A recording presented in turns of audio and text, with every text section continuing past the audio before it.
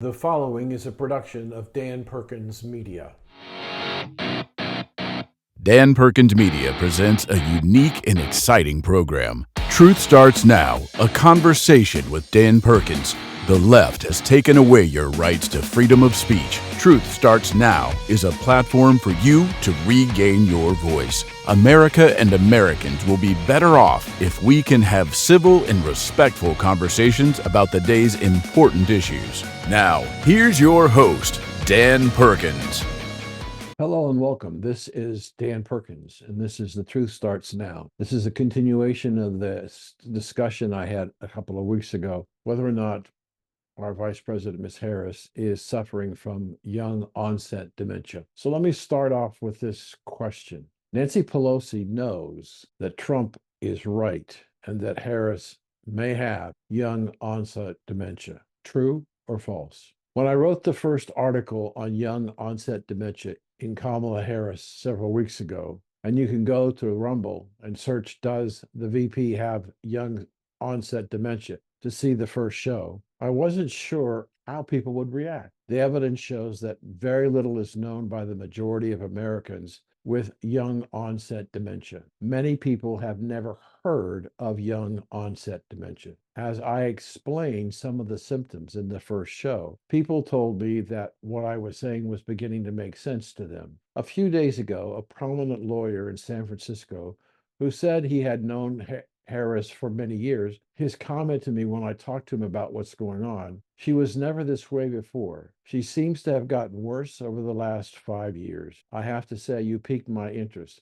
If she does, in fact, have young onset dementia, the pieces of the puzzle that have confused me and I've wondered about finally fit for me. Can you tell me more? As I sat and worked on this story, I saw news flashes that showed J.D. Tapper of CNN interviewing Nancy Pelosi. He played the clip where Donald Trump said that he and many of the world leaders believe that Harris has a cognitive problem. When they came back to Nancy, she exploded at Tapper, but if you listen very carefully, she did not deny the accuracy of Trump's statement. I want to continue exploring more and more symptoms in this article and future ones. Harris is famous for her word salads and recently flip flops on policy. Go to the Washington Examiner and look at a story on 6 policies Harris has flipped on since ascending to the top of the Democratic ticket. These issues are mandatory gun buybacks, fracking, single payer health care, expanding the Supreme Court, federal job guarantees, and defunding the police, and the border. As she has moved to become the Democratic presidential candidate, her speech and language problems, I believe, have increased. Is the reason for this a lack of transparency on the part of both her and her campaign that she may well have young onset dementia? Go look at the recent interview with Oprah, and you will see that Harris is trying to answer a question and she fails to do so. And out of frustration, Oprah steps in to try and answer for Harris. Another symptom is uncontrolled laughing or at the wrong time. Laughing after an opening statement buys time to try and think of an answer or distract the person from asking more questions. And the person with dementia moves on, hoping that her fears just disappear. Mainstream media supports Harris' language problem by not asking follow-up questions. Struggling to find the right words or not being able to follow conversations can be an early sign of cognitive impairment of dementia. She has speech and language difficulties. People with young onset dementia struggle to find and use the right words and may have slurred speech or display another communications issue, laughing. Laughing, especially at the wrong time, puts people off. When Harris is caught off guard by a question, she has a non responsive answer. Then she laughs and walks away. Another issue is having difficulty in completing a thought. The interview with ABC6 in Philadelphia challenged me to focus on specific reporters' questions. Did Harris respond, and were there follow up questions?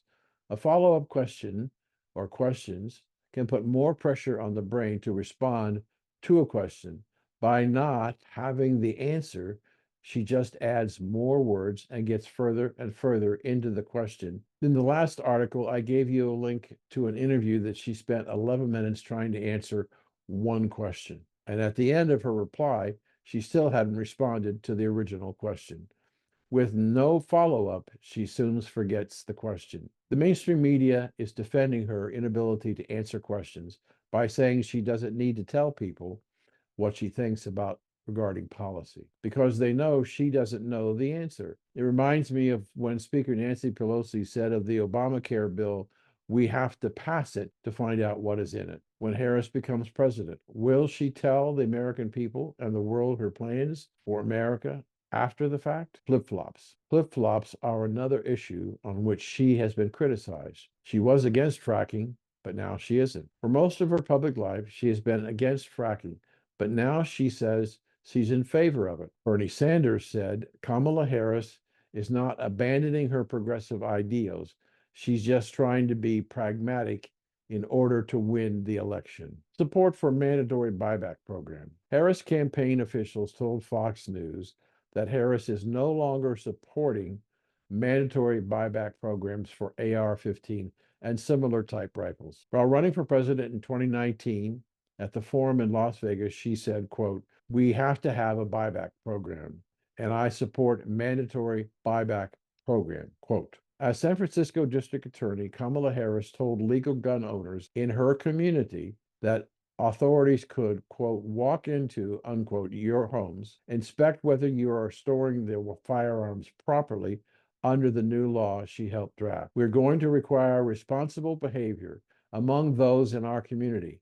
And just because you can legally possess a gun in the sanctity of your locked home doesn't mean that we're not going to walk into your home to check and see if you're being responsible and safe in your conduct of your affairs. I wonder where she stands today. Aggression in young onset dementia is a behavior that involves intentionally causing harm or injury to others. It can take many different forms, including physical violence, verbal attacks, and social exclusion. Aggressive behavior is often motivated by various factors such as anger, frustration, fear, and a desire to dominate or control. In the last commentary, 5 news organizations reported on Kamala's tension-packed relationship with her staff. Her verbal attacks on Trump, calling him Hitler, a Nazi, a dictator, and a threat to the whole world, are clear examples of a person making verbal attacks, even though she knows those attacks are not true. Relational aggression is a form of aggression that involves using social relationships to inflict harm. Examples include spreading rumors, social exclusion, or damaging someone's reputation. This type of aggression is often seen in social settings, such as schools or workplace environment. 92% of Kamala's staff turned over in her first year of vice president because they could not work with her. As I said before, every young onset dementia person is different.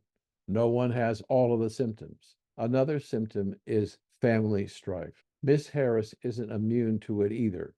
Her father, Donald Harris, owns a house less than a mile from the White House, but reportedly has never visited her there or her home. In 2018, things got heated when Miss Harris joked about marijuana use. Much to her father's dismay, Donald Harris said of, quote, "My dear departed grandmother, as well as my deceased parents, must be turning in their graves right now to see their family name, reputation, and proud Jamaican identity being connected in any way, jokingly or not, with the fraudulent stereotypes of pot-smoking joy seekers and in pursuit of identity politics. Speaking for myself and my immediate Jamaican family, we wish to categorically disassociate ourselves from this travesty. We must understand that she may be sick. We must stop blaming her for her actions and forgive her because she does not control all of her faculties. People who have youth onset dementia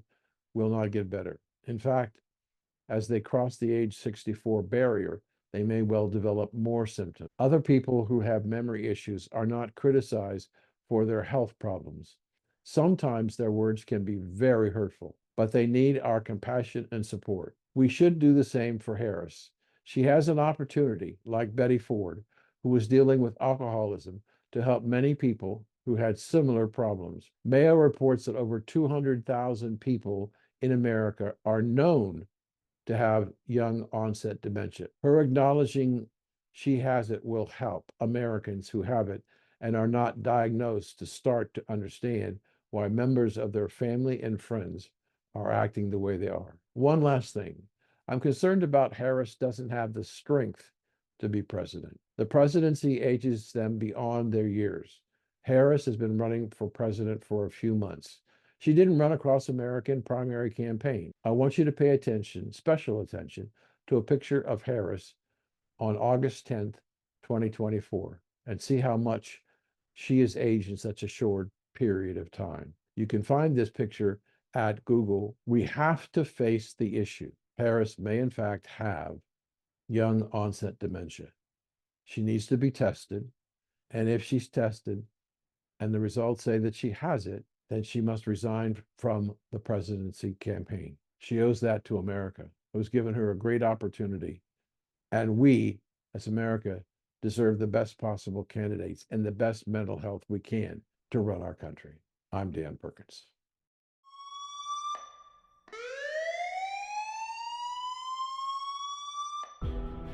That sound of the emergency squad happens 34 times per hour, 24/7 in the United States, carrying someone who is dying from a drug overdose to the ER. 70% of these runs are people are dying from the vicious drug called fentanyl. Over the last 10 years, 1 million Americans have died from fentanyl. In 2019, 112,000 children ages 12 and 13 were on opioids. The fentanyl overdose rates are rising 2.5 times faster than that of heroin. Now there is an FDA-approved test for the presence of fentanyl in the system. The test is safe, simple, and 99.5% accurate. In just 5 minutes, you can find out if your child, loved one, or employee is using fentanyl. If you want to save someone's life, go to thefentanyltest.com and learn more about this dangerous drug and how you can get your 5-minute test and keep your child out of that squad. Thanks for listening to the show today. We hope you enjoyed it. And if you'd like to send a comment, please do so by sending it to dan@danperkinsmedia.org. That's dan@danperkinsmedia.org. And thanks for listening.